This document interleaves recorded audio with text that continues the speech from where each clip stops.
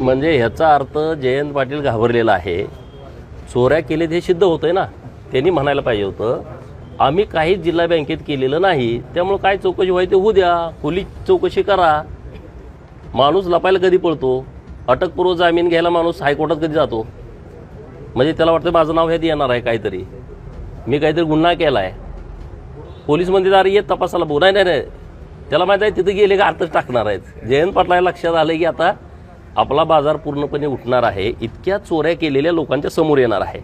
आणि जिल्हा बँक एवढी मोठी सक्षम बँक आहे. टक्केवारीवर तुम्ही लोन देताय, टक्केवारीवरती तुम्ही लोन देताय. कर्नाटकमधले कारखाने महाराष्ट्रामध्ये ऑफिस दाखवता, जिल्हा कार्यक्षेत्र सोडून तुम्ही कर्ज देता.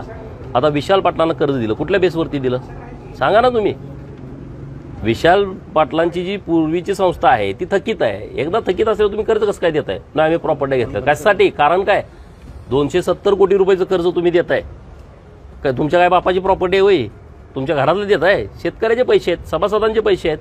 हे सगळं येणार आहे. चौकशीला ते घाबरलेत कारण आता माजी न्यायमूर्ती महोदय यांना चौकशी अधिकारी म्हणून नेमलं आहे आणि लवकर चौकशीचा अहवाल येणार आहे. ते न्यायमूर्ती एकदम कडक आहेत.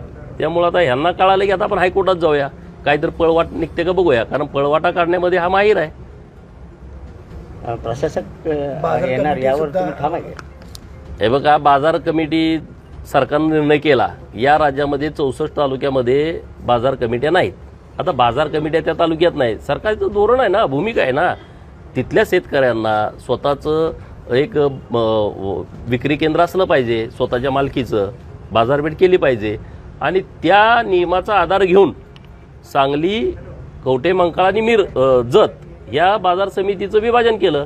मग ह्यांना काय पोटात दुखलं? का पळाले हे कोर्टात? ना हे थांबवा कशासाठी? कारण काय? तुमचा इंटरेस्ट काय आहे यामध्ये? जर जत तालुक्यातील लोक म्हणत असतील आमची बाजार समिती वेगळी करा, तुम्हाला काय अडचण आहे? कारण चोऱ्या करायची केंद्र आहेत. मध्यवर्ती जिल्हा मध्यवर्ती बँक आणि बाजार समिती ह्यांना भयानक पैसे लुटायला येत आहेत. भयानक एक नवीन कारनामे येत आहेत. आता माझ्या बाजार समितीची प्रकरणं आली, तुम्हाला मी परवा दाखवलं. आता आणि नवीन सगळी प्रकरणं यायला लागलीत, जिल्हा बँकेची पण यायला लागले. आम्ही लावून धरतोय. त्यामुळं जयंत पाटलांचा जो वर पावडर लावलेला चेहरा आहे तो पावडर सगळी काढल्याच्या नंतर नेमकं काय आहे आतमध्ये?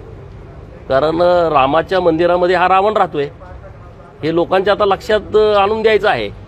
आणि त्यामुळे हे सगळे पळायला लागलेले आहेत.